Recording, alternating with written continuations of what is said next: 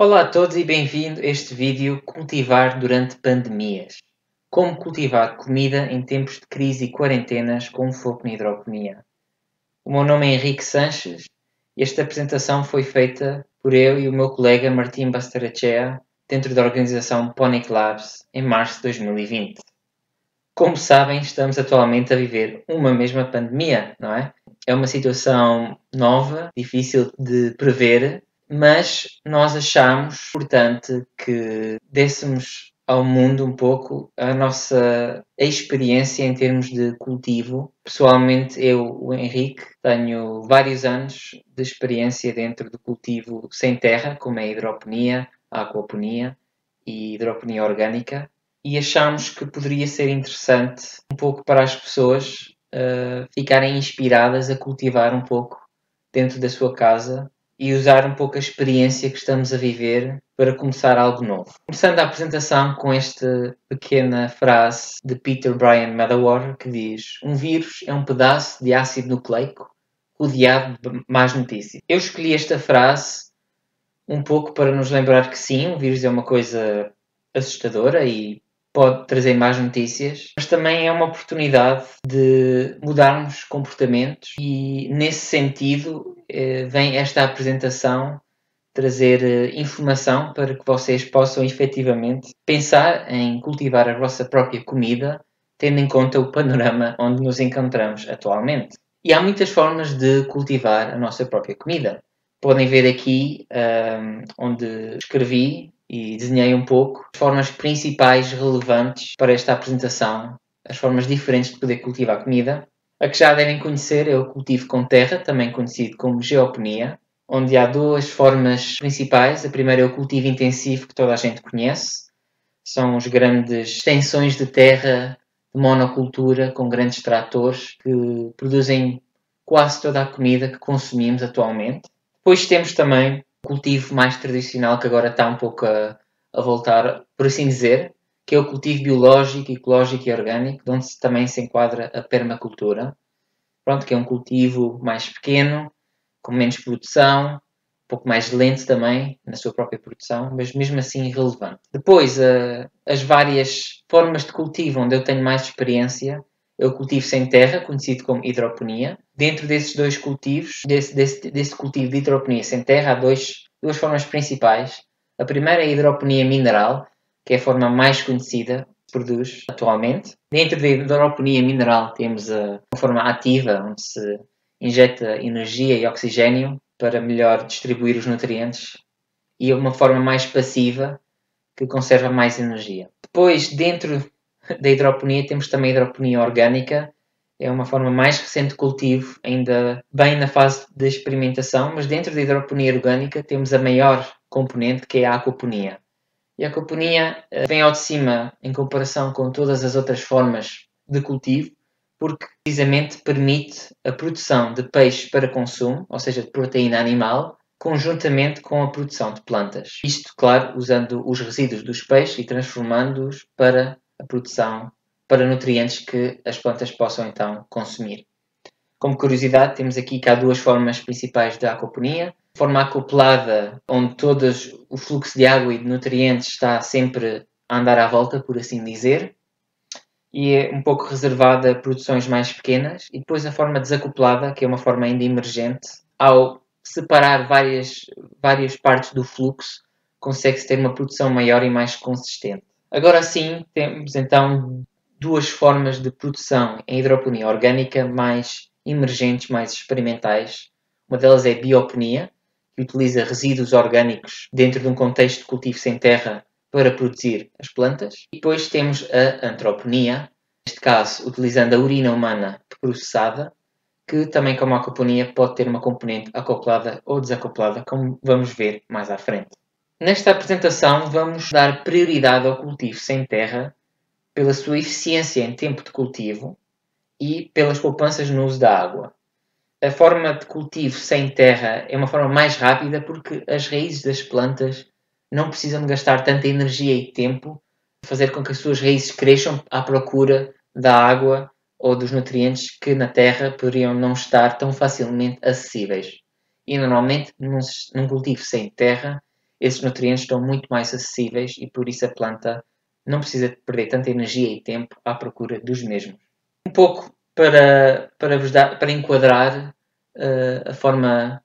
as várias formas de cultivo, vamos falar passo a passo de cada tipo de cultivo. E o primeiro, claro, é o cultivo intensivo. São as tais extensões muito grandes, agrícolas, com monoculturas, que utilizam grandes máquinas de agricultura, como tratores, e pronto, têm os seus benefícios, como também têm os seus problemas.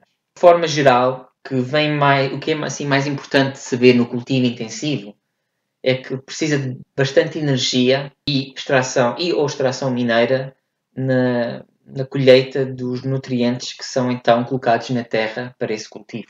Por outro lado, esse mesmo fator de energia e extração mineira permite a produção de uma grande quantidade de comida homogénea.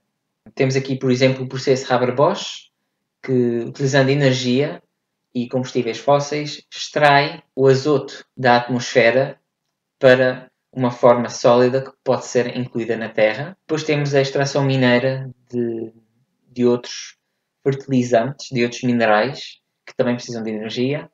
Isto resulta depois em fertilizante industrial e juntando os dois temos então os nutrientes disponíveis para a absorção das plantas, que depois são colocados na terra e com a ajuda da água e da luz temos então depois a produção de comida. Queria só também mencionar que na parte de cultivo intensivo estamos mais um pouco a trabalhar com a terra, com a água, com a luz e com o fertilizante. Os agricultores em si não têm muito de se preocupar com essa parte de como criar o fertilizante. E isso é uma parte importante em comparação com os outros tipos de cultivo que vamos ver já a seguir. Depois temos o cultivo biológico, orgânico, ecológico ou a permacultura, que é, de certa forma é um cultivo mais tradicional, onde tentamos pegar em restos orgânicos, em resíduos orgânicos, em restos de comida e transformá-los para os nutrientes para as plantas.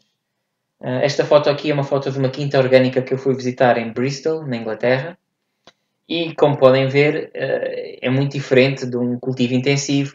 Temos mais variedade de plantas e às vezes não há uma separação física evidente entre as várias plantas, ou seja, há uma mistura geográfica das plantas, da forma como são semeadas juntas umas com as outras.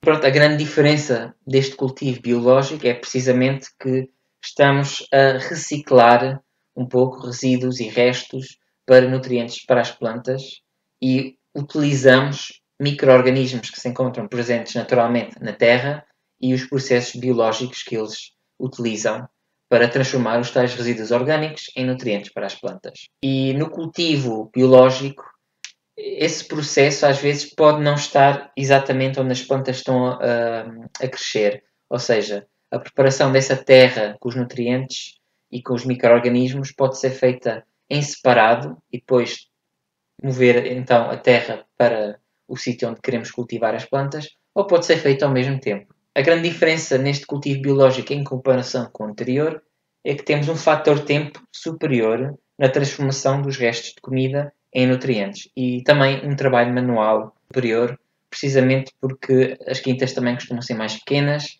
temos uma produção menor por causa do tempo e pronto, temos também outras vantagens em termos de sustentabilidade, mas é um fator a ter em conta. Depois vamos então avançar para os tais diferentes sistemas ou técnicas de cultivo sem terra, começando então pela principal, que é a hidroponia mineral. Escolhi aqui colocar duas fotos minhas. A da esquerda podem ver o meu colega Martim a ver umas torres verticais que podem ser usadas tanto para hidroponia mineral como para qualquer outro tipo de hidroponia ou cultivo sem terra. Pouco em contraste com isso, podemos ver também o cultivo de manjericão em garrafas de Coca-Cola reutilizadas. Portanto, isto para vos dar uma ideia de que a hidroponia pode ser bastante versátil, pode produzir grandes quantidades de uma forma muito eficiente e também utilizando bombas de água para mover a água, para oxigenar a água com bombas de ar, mas também podemos ter uma produção mais simples, mais passiva, apenas reutilizando material já existente, como é o caso das garrafas. E Curiosamente, a hidroponia mineral tem algumas semelhanças com o cultivo intensivo, no facto de que a fonte dos nutrientes vem também de uma extração mineira e requer energia. Esta extração mineira permite obter os sais minerais, que são onde se encontram os nutrientes disponíveis para a absorção. E essa parte de extração está abstraída do agricultor que utiliza a hidroponia mineral. O agricultor apenas compra já a solução de nutrientes preparada numa loja, adiciona água, tem a sua luz, mete as plantas e cultiva à vontade. Portanto, o fator de energia e extração mineira é grande neste tipo de cultivo, mas também permite produzir uma grande quantidade de comida. Depois temos então a aquaponia, que é uma forma de cultivo com que eu trabalhei bastante. As duas fotos à esquerda são de um sistema na Suécia, o primeiro sistema na Suécia que eu construí numa estufa. Depois em cima, ao centro, podem ver a produção de couve chinesa num sistema aquapónico. A couve chinesa também conhecida como pak choi. Isto foi numa pequena garagem na Islândia, em Reykjavik. À direita e em cima podem ver uns peixes, que neste caso são a tilápia, que é um peixe muito versátil e utilizado em sistemas aquapónicos. E essa foto foi tirada em Las Palmas de Gran Canária, em Espanha. E por último, embaixo e à direita, o meu sistema pessoal que tive em casa, aquapónico. Pronto, é um sistema pequeno e não permitiu a produção de peixe para consumo próprio, apenas utilizando peixes ornamentais. E pronto, e este sistema aquapónico, como podem ver, é um sistema mais complexo. Curiosamente, a fonte da comida para os peixes é a única componente que não está dentro da zona de cultivo a que o agricultor que usa este sistema está sujeito. Tudo o resto está. Portanto, o agricultor compra comida para os peixes, isto faz os peixes crescer, que depois são colhidos quando for a altura de os comer. Os peixes, entretanto, vão produzindo resíduos que são transformados dentro do sistema por micro-organismos e processos biológicos, utilizando energia nos tais nutrientes disponíveis para absorção pelas plantas. E depois temos também a água e a luz para as plantas. Portanto, sim, é um sistema mais complexo, usa mais energia, mas é muito importante referir que produz dois tipos diferentes de comida, incluindo a proteína animal, que é algo que as outras formas de cultivo não fazem. Depois temos a bioponia, que é um processo emergente e muito experimental ainda de produção. Tenho aqui duas imagens de duas técnicas diferentes em experiências que realizei. À esquerda podem ver alface cultivada com lixiviado de vermicomposto de restos de comida. Ou seja, nós pegamos em restos de comida, colocámos num contentor onde havia umas minhocas vermelhas, minhocas especiais. Estas converteram esses restos de comida no tal vermicomposto, que é terra adubável, mas também produziram um líquido, um lixiviado, e esse lixiviado foi então colocado nesse sistema e permitiu cultivar as alfaces. Por outro lado, o lixiviado desse processo é um líquido com poucos nutrientes, por isso só permitiu cultivar as alfaces e pensamos que tal não seria possível com outras plantas e vegetais que requerem mais nutrientes. À direita temos uma técnica diferente. Podem ver que está a ser cultivado o manjericão e aqui o que fizemos foi pegar no vermicomposto, também utilizando os restos de comida transformado pelas minhocas vermelhas. Esse vermicomposto, separámos as minhocas do vermicomposto. O vermicomposto foi então secado e triturado até chegar a um pó e esse pó foi misturado na água. Mas de forma geral o conceito de bioponia é um pouco fechar o tal ciclo de nutrientes, pegar nos restos de comida depois de comer. Temos então os tais resíduos orgânicos que podem ser transformados através de micro-organismos e processos biológicos com a ajuda de energia em nutrientes disponíveis para a absorção das plantas. Curiosamente, aqui há parte da transformação dos resíduos orgânicos, por exemplo, no vermicomposto que falei há bocado. Essa parte mais de micro-organismos pode acontecer também dentro do sistema de cultivo a que o agricultor está exposto. E neste caso, em comparação com o outro método de agricultura com terra orgânico ou biológico, o fator tempo é menor na transformação de restos em nutrientes e o trabalho manual também é menor, porque estamos a usar bombas de água, por exemplo, mas precisamos de energia para os tais processos biológicos subjacentes. referir ainda que há um outro processo que ainda não falei, que pode ser incluído dentro de uma forma de cultivo biopónica, que é o processo Bokashi ou a compostagem Bokashi.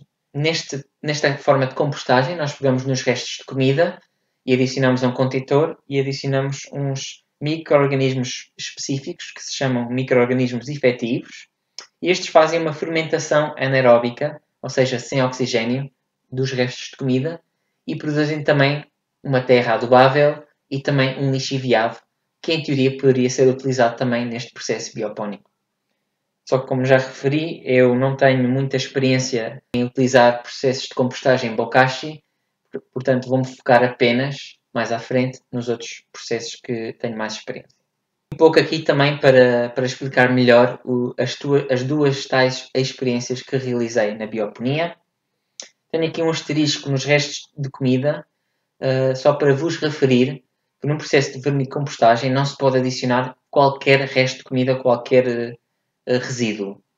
Não devemos adicionar a um vermicomposto carnes, ossos, gorduras e qualquer outra coisa com azeite ou gordura, produtos lácteos como manteiga, creme azedo, leite, ovos inteiros e queijo, mas podemos adicionar cascas de ovos.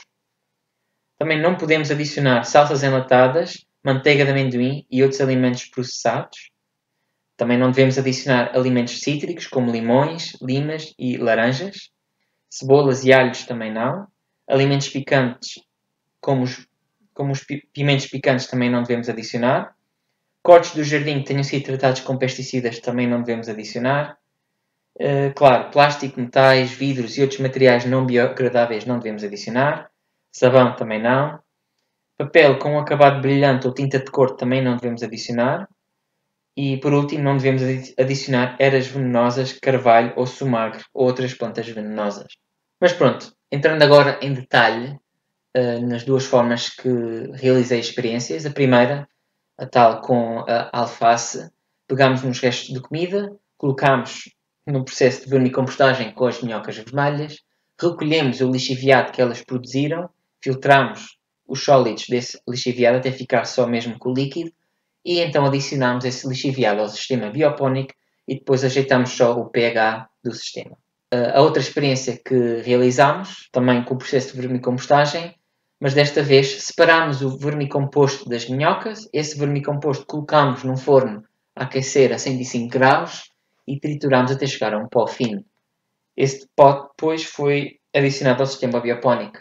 E a ideia era que os nutrientes presentes inicialmente nesse vermicomposto sobrevivem um pouco a esse processo de aquecimento e de trituração e depois começam-se a dissolver lentamente na água nesse sistema biopónico. Por último, tem aí o link dessa experiência que eu fiz, está em inglês a experiência, mas tem mais detalhes se tiverem interesse.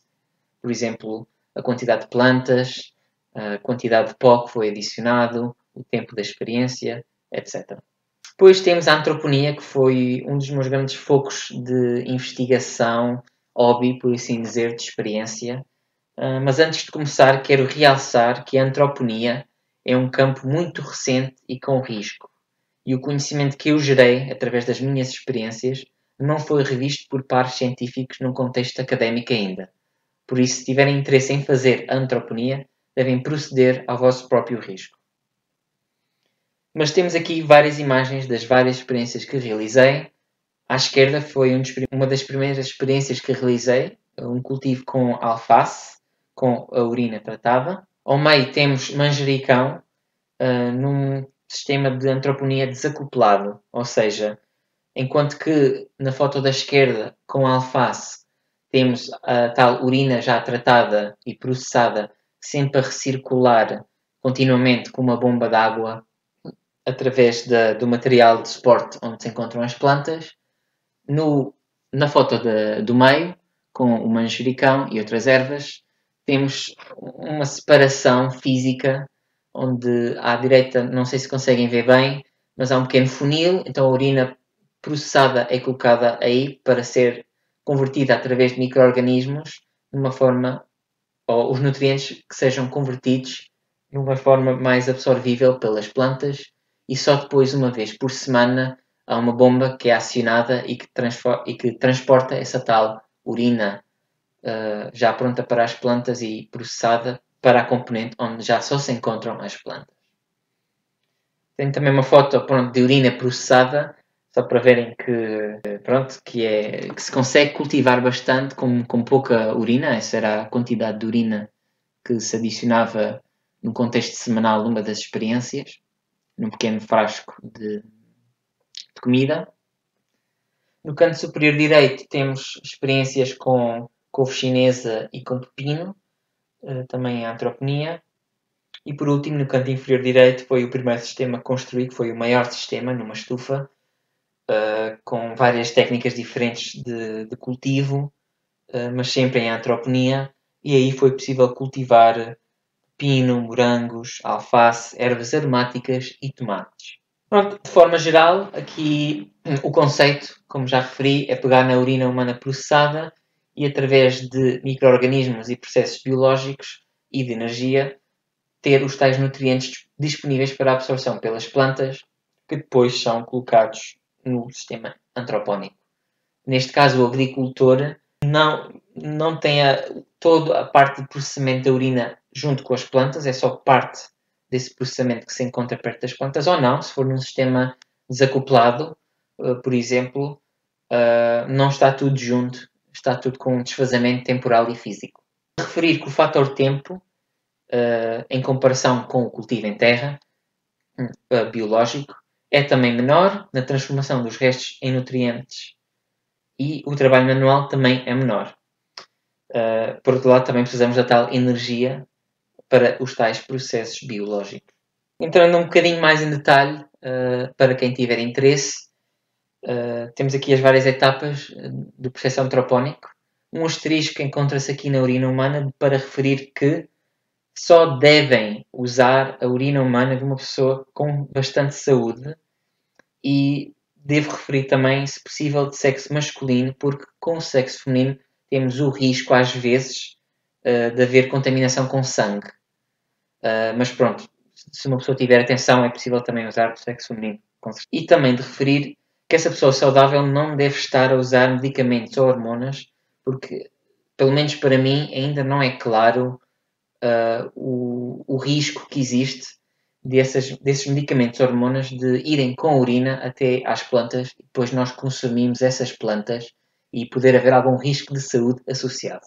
Mas pronto, a urina humana é recolhida e depois é armazenada durante um tempo até a urina ficar volatilizada. Isto porquê? Porque a urina tem o azoto na forma de ureia e através do armazenamento, durante um tempo de 5 semanas no mínimo, essa ureia é transformada em amoníaco e esse processo aumenta o pH desse líquido até um valor superior a 9. E, em princípio, esse valor superior a 9 vai neutralizar qualquer bactéria ou infecção que possa ocorrer nesse líquido, que é um líquido muito básico. Micro-organismos podem ser maus para a nossa saúde, não vão conseguir aguentar. Também tenho um asterisco aqui, porque é possível reduzir esse tempo de 5 semanas, quase até para uma forma instantânea, ao misturar a urina recolhida fresca, por assim dizer, com sementes de melancia trituradas e sem casca. Isto porque as tais sementes têm um catalisador, a urease, que permite converter muito mais rapidamente a ureia em amoníaco. Depois, essa tal urina volatilizada é adicionada a uma componente de nitrificação. Nitrificação quer dizer que existem bactérias, micro-organismos, que transformam o amoníaco em nitrato, que é uma forma de azoto mais facilmente absorvível pelas plantas. E por último, então, transportamos a urina nitrificada à componente com as plantas. Para quem tiver interesse, tenho aqui os links para as várias experiências que realizei dentro da antroponia, tendo em conta o meu primeiro sistema no âmbito da tese de mestrado, depois o cultivo da alface, quando também experimentámos cultivar pepino com diferentes concentrações de urina, a forma onde conseguimos processar a urina mais rapidamente através das tais sementes de melancia sem casca e trituradas. Também investigámos um pouco usar a cinza de madeira como suplemento, isto porque, apesar da urina ter muitos nutrientes, para algumas plantas que requerem mais nutrientes pode não ser suficiente, então investigamos a tal cinza de madeira como suplemento. E por último, a experiência com a antroponia desacoplada, para ver se era possível também cultivar utilizando urina, mas parando e sem ter um processo contínuo de fluxo de água e de nutrientes. Bom, falamos agora das formas de cultivo, vamos então para a fase da pandemia, onde infelizmente nos encontramos. E separamos aqui a pandemia em 3 fases principais: o início da pandemia, o pico da pandemia e o final da pandemia. Queria, antes de entrar em detalhe, de referir que vários países, lá está, vão estar em diferentes fases de uma pandemia e que as várias fases desta pandemia não é claro ainda que vamos chegar a níveis tão extremos, por exemplo, no final de uma pandemia, como vou referir aqui. Isto é uma experiência, uma forma de pensar, uma simulação, por assim dizer, de uma pandemia que, pronto, um pouco para nos preparar para essa tal pandemia, onde não sabemos se a pandemia onde nos encontramos atualmente vai ser tão séria ou não. Mas pronto, no início da pandemia temos recursos e energia constante e em algumas zonas rurais, como é normal, pode haver também energia intermitente, mas ainda recursos constantes. Neste início da pandemia existe pouca informação sobre o vírus e começam as primeiras medidas de restrição de viagem de pessoas, mas de forma geral a vida continua como normal. Quando entramos, por outro lado, para o pico da pandemia, ainda temos a energia constante, mas começamos a ter recursos intermitentes. Isto porque começam a haver quarentenas gerais e alta restrição de movimento das pessoas, por exemplo, apenas para serviços essenciais. E por isso começam também a haver a falta de alguns produtos nos supermercados ocasionalmente. Mais à frente, no pico da pandemia, entramos numa zona onde temos energia um pouco já intermitente e poucos recursos, sem nenhum recursos. Isto porque as cadeias de abastecimento começam a ficar bastante afetadas e começa a faltar comida básica nos supermercados. Pois no final já da pandemia não temos acesso nem a recursos nem a energia. Existe um número de infectados muito alto e falta de trabalhadores até para serviços essenciais como é a agricultura, a saúde e a energia.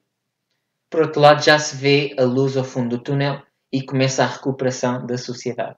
Ora, tendo em conta as várias fases da pandemia, faz sentido que haja uma prioridade de quais os métodos de cultivo que vamos usar dependendo da fase da pandemia onde nos encontramos.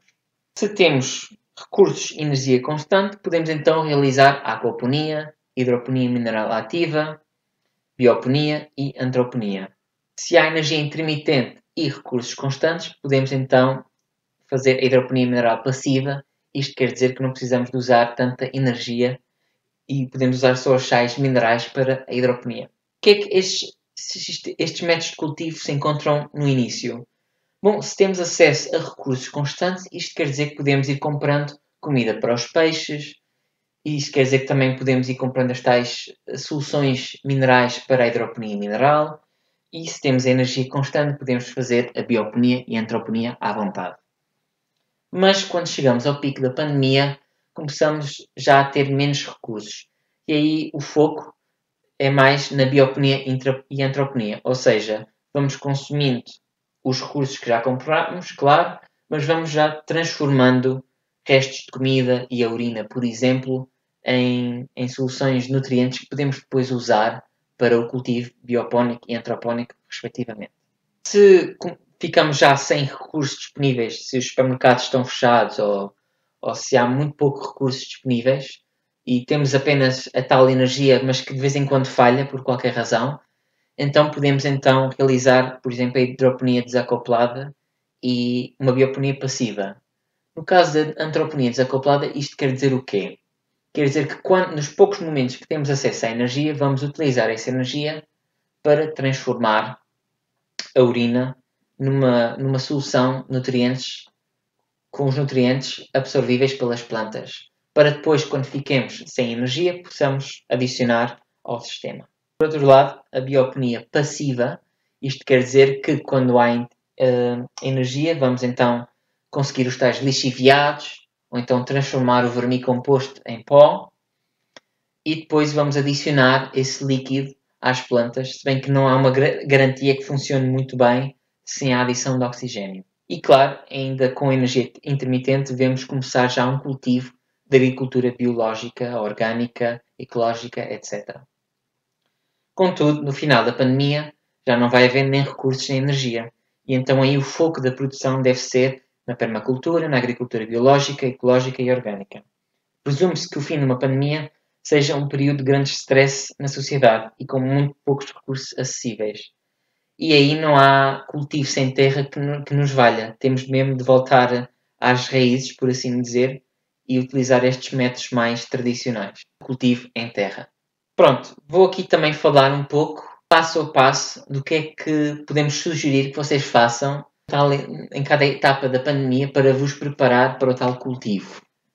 No início da pandemia, então, devem começar a comprar e juntar materiais para poder cultivar usando qualquer técnica ou as técnicas preferidas que vocês tenham. Isto inclui comprar ou juntar recipientes de plástico para cultivo e também para processos biológicos, baldes, caixas, etc. E recipientes para guardar outros líquidos necessários. Tubagens de borracha ou plástico e ligações para as bombas de ar e de água. Comprar também as bombas de ar e de água e pedras de ar. As sais minerais para a hidroponia mineral. Luzes apropriadas para as plantas se não tiverem acesso a muita luz natural. Alevinhos de peixe e comida para peixe se quiserem fazer a tal produção aquapónica. Um material com alta superfície diária, isto quer dizer que seja possível cultivar os tais micro-organismos para fazer os processos biológicos dos quais dependem a aquaponia, a bioponia e a antroponia. Claro, devem comprar também as sementes das plantas que querem cultivar e mais à frente vamos falar de cultivar o quê e em que fase da pandemia. Depois também temos os organismos de transformação de resíduos. Nem toda a gente tem acesso a minhocas vermelhas, por exemplo, larvas de moscas de soldado negro, que é outra forma de transformar resíduos em proteína, e micro-organismos bokashi, por exemplo. Portanto, se não tem acesso, é uma boa altura para começar a obter esses tais organismos. Também não é uma má ideia comprarem produtos químicos para alterar o pH da água, por exemplo, o cal ou o ácido fosfórico, em particular. E também comprarem, se não têm já acesso, a terra para cultivo para a tal etapa quando seja necessário transicionar para uma produção só em terra. Depois também comprarem cordas, redes e outro material útil na construção ou para ajudar ao cultivo. E se tiverem orçamento extra, por que não comprarem também os medidores de pH e oxigênio para o vosso cultivo sem terra e produtos químicos compatíveis com o cultivo orgânico para controle de pragas e ou também insetos predadores para essas mesmas pragas. De referir também que devem dar prioridade quando estão a pensar em comprar recipientes de plástico, por exemplo, devem dar prioridade a um cultivo vertical, porque este é mais eficiente em termos de espaço. Portanto, quando estiverem à procura de tubagens ou recipientes onde querem cultivar as plantas, pensem um pouco como é que iriam fazer esse cultivo de forma vertical. No meu caso pessoal, tentei um pouco simular, encontrando eu também no início de uma pandemia, pensei, ok, enquanto uma pandemia vou tentar encontrar todos os recipientes que tiver à minha volta, onde seja possível cultivar. E assim fiz, encontrei baldes, encontrei um tanque de aquário antigo, encontrei umas luzes para cultivar, coloquei tudo num canto da casa e pronto, também, não sei se conseguem ver, há um desses baldes que tem umas pedras, o tal material com a superfície diária, e comecei também um pouco a cultivar esses micro-organismos que me vão permitir depois converter resíduos orgânicos em nutrientes para as plantas. Ainda no início da pandemia, devem já arrancar com a biologia, isto é, construir ou encontrar os recipientes para os processos biológicos, começar os processos biológicos como a compostagem, a vermicompostagem e a nitrificação. Isto em paralelo com outros processos ou não. A nitrificação é um processo relativamente simples, mas que demora tempo. Pode demorar até 6 meses, se houver uma temperatura baixa. E por isso um conselho que vos dou para acelerar o processo de nitrificação é, se tiverem acesso à água de um aquário já nitrificado ou um sistema aquapónico também já em funcionamento, obterem um pouco dessa água, um pouco para semear, entre aspas, o vosso sistema com as tais bactérias. Também devem começar a preparar a terra e semear, isto implica ver o espaço e o número de sementes por buraco adequados. Pronto, construir também e arranjar os sistemas de cultivo onde vão colocar as plantas. Por último, transportar as plantas germinadas para esses tais sistemas de cultivo. Já no pico da pandemia, então começamos a dar prioridade às técnicas com fontes de nutrientes mais escassos. Isto inclui a aquaponia, por causa da comida para peixe que é preciso comprar, e a hidroponia mineral, por causa das sais minerais que são precisas de comprar. Também se deve dar prioridade a estas duas técnicas, lá está, porque são técnicas de cultivo sem terra, portanto são mais rápidas e poupam água, mas também porque são técnicas mais conhecidas, com mais informações disponíveis e mais bem testadas, ou seja, podem encontrar muita informação online, na internet, se tiverem algum problema ou se quiserem experimentar alguma coisa nova. Isto porque as outras formas de hidroponia orgânica, como a bioponia e a antroponia, não têm tanta informação disponível online e são mais experimentais e por isso podem resultar em menos colheitas durante o processo de experimentação. Como segundo ponto, durante o pico da pandemia, devem continuar a converter os resíduos orgânicos em nutrientes enquanto tenham acesso à energia.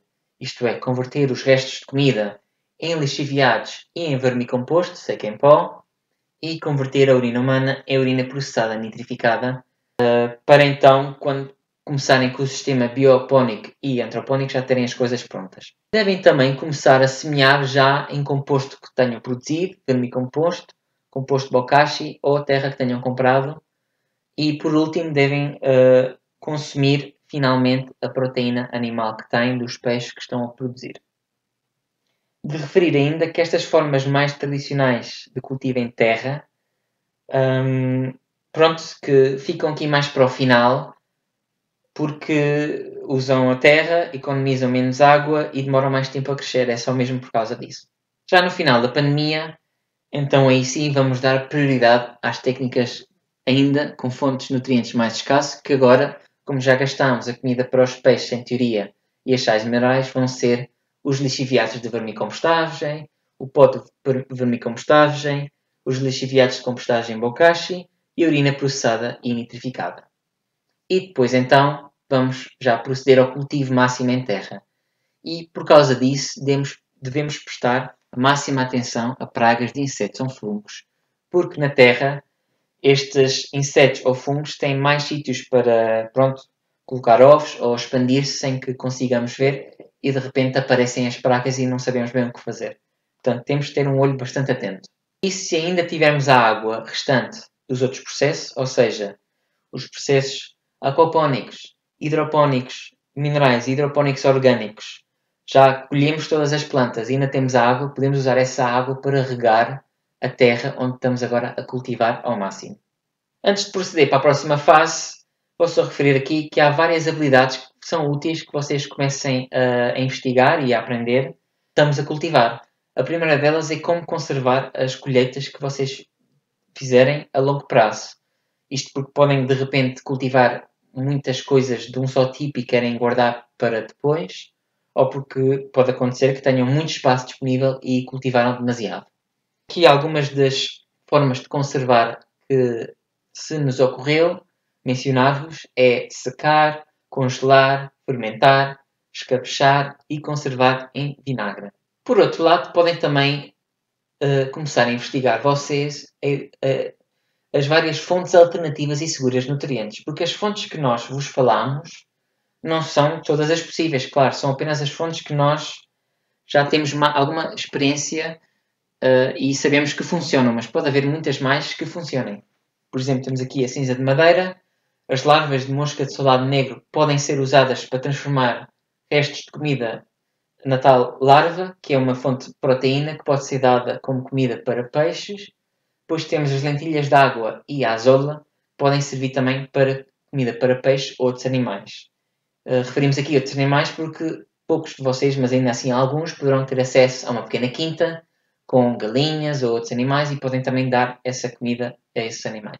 E ainda aqui nas habilidades úteis para saber, é também saber identificar plantas e organismos alternativos para consumo próprio, ou seja, para consumo humano. Inclui outra vez as lentilhas de água e a azola, que podem ser consumidas por nós os humanos, Dentro da aquaponia podem também ser produzidos camarões e cigala de água doce e também podem ser cultivadas em sistemas sem terra plantas aquáticas como o agrião, a coruja, aipo selvagem e lótus indiano. Vamos então focar-nos um pouco, outra vez, no cultivo dentro de casa e nós achamos que deve haver uma prioridade de métodos quando estão a pensar como é que vão cultivar dentro da vossa casa. Isto, claro, vai depender dos recursos que vocês tenham para comprar materiais, do espaço que tenham na casa de cada pessoa e a orientação da vossa casa ao sol, para só falar de alguns exemplos. Em primeiro lugar, nós achamos que vocês devem cultivar verticalmente perto de janelas ou com luz natural. E aqui podem ver no canto inferior esquerdo uma foto da minha janela, onde eu tinha uns vasos, num sistema de hidroponia mineral, pronto, perto da janela, com acesso à luz natural, e foi possível cultivar várias ervas aromáticas. Isto foi num apartamento antigo, e no apartamento atual é a segunda imagem, que é também relacionada com o segundo ponto, ou seja, tenho aqui um canto onde não tenho tanto acesso à luz natural e por isso decidi optar por um cultivo vertical, mas com luz artificial adequada. E aqui podem ver que cultivei também alface, manjericão e outras ervas aromáticas com bastante produção num curto ou num pequeno espaço de tempo e num espaço físico. Mas claro, nem toda a gente tem acesso a esse tal cultivo vertical por várias razões. E assim o ponto 3, que é relacionado com a terceira imagem, é que devem dar prioridade a um cultivo horizontal, perto de janelas ou com luz natural, que é o caso dessa terceira imagem, que se relaciona com o ponto 3 e ponto 4.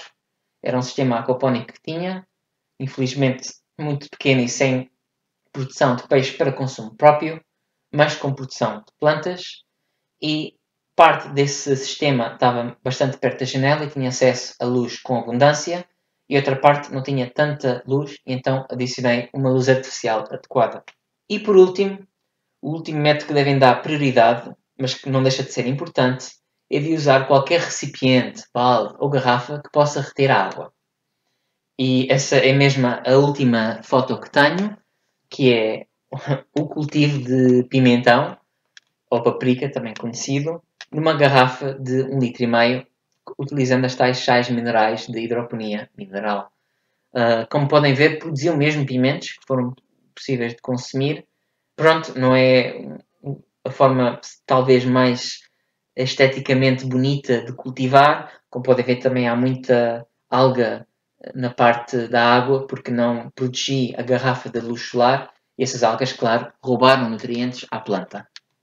Vamos então falar um pouco de o que é que devem cultivar e quando, tendo em conta a fase da pandemia onde se encontram. No início da pandemia, a ideia é não ter de ir tanto ao supermercado e por isso nós sugerimos que as vegetais mais frescos e mais perecíveis, ou seja, que duram menos. Estas ervas não têm tantos nutrientes, mas são boas adições para as refeições que vocês vão ter em casa. E estas plantas incluem-se a alface, a acelga, a rúcula, o manjericão, a menta, a salsa, o coentro, a cebolinha, o pak choi, também conhecido como couve chinesa, o agrião, a ervilha, o feijão, etc, etc. Ainda no início, mas já dentro um pouco do pico da pandemia, devem começar uma transição para vegetais mesmo mais frescos e menos perecíveis. Ou seja, eles duram um pouco mais e têm um pouco mais nutrientes. Mas também não têm assim muito mais nutrientes, por isso não é possível sobreviver apenas destes vegetais. E continua a ser a ideia que vocês vão o menos possível ao supermercado para comprar estas coisas e possam cultivá-las em casa. E estes vegetais incluem tomates, berinjelas, pepinos, abobrinha, morangos, que neste caso é uma fruta, pimentão, couves, couve-flor, brócolo, rabanete de repolho, beterraba, taro, cebola, cenoura, rabanete, etc. e etc. Já no final da pandemia, aí tem de se fazer uma nova transição para tubérculos ou vegetais de raiz, isto é, comida que possa durar mais e tenha mais calorias. Dentro deste grupo incluem-se a batata doce, a beterraba sacarina, a mandioca, a xerovia, a couve-rábano, o nabo, o ápio e o gengibre. O gengibre não tanto para consumo próprio, mas para adicionar a refeições que tenham. Como repararam aqui, não temos comida muito conhecida, que também dura muito tempo e tem muita caloria, como os grãos e o arroz. E nós achamos que estes não são recomendáveis porque precisam de muito espaço para cultivar. Ou seja, para conseguirem um pouco de arroz, um pouco de grão, vão precisar de bastantes plantas, porque cada planta individual produz apenas muita pouca coisa comestível. E por último, a questão é, claro, quanto é que devem cultivar. E o que nós achamos é que numa frase devem cultivar o mais possível, utilizando todos os recipientes, garrafas, baldes e vasos disponíveis que tenham. Mas ainda assim isto não será suficiente. E não será suficiente porque temos aqui um exemplo com batatas. Nós escolhemos as batatas porque é a comida com melhor relação entre calorias e densidade de espaço de cultivo. Ou seja, cada planta de batata vai-vos dar bastantes batatas e cada batata é uma fonte de grandes calorias. Cada humano precisa de 1600 kcal como mínimo para sobreviver por dia. E isto é mesmo o mínimo dos mínimos. Vocês, se tentarem comer só batatas durante algumas semanas ou meses, vão ter uma saúde péssima e não se recomenda de todo. Portanto, isto é o mínimo dos mínimos. Cada batata em si tem 77 kcal por cada 100 gramas. E cada batata costuma pesar entre 140 a 340 gramas. Vamos supor 240 gramas em média. Cada batata individual tem então 184 kcal. Ou seja, cada pessoa precisaria de 8 batatas por dia, ou quase 2 kg de batata. Isto pode não ser muito, mas por outro lado, cada planta de batata dá-nos mais ou menos 1,4 kg de batata. E se projetarmos para um período de 6 meses, iríamos precisar de 270 plantas para poder comer a produção de 1,5 plantas por dia durante 6 meses. Portanto, o que nós vos recomendamos, e a conclusão, é que devem focar a prioridade em ter reservas do supermercado suficientes enquanto seja possível. Isto é, comprarem coisas que são difíceis de cultivar em casa, como cereais, grãos, fruta, claro, suplementos vitamínicos e a comida normal que já comem todos os dias. E só então cultivar para complementar a comida diária. A não ser que sejam umas pessoas que tenham uma quinta ou muito espaço disponível e aí então podem substituir quase toda a vossa comida apenas com o que produzem da terra. Deixo-vos aqui algumas instruções grátis que fiz ao abrigo de um projeto que é o projeto Oikosol, e nestas instruções vão poder saber como construir passo a passo um sistema de aquaponia, um sistema de hidroponia mineral passivo e também um sistema de vermicompostagem. Isto são instruções grátis, vocês podem descarregar, podem partilhar, podem alterar se quiserem e são de código aberto, por assim dizer. Podem alterar o que quiserem. E pronto, este foi o final da apresentação.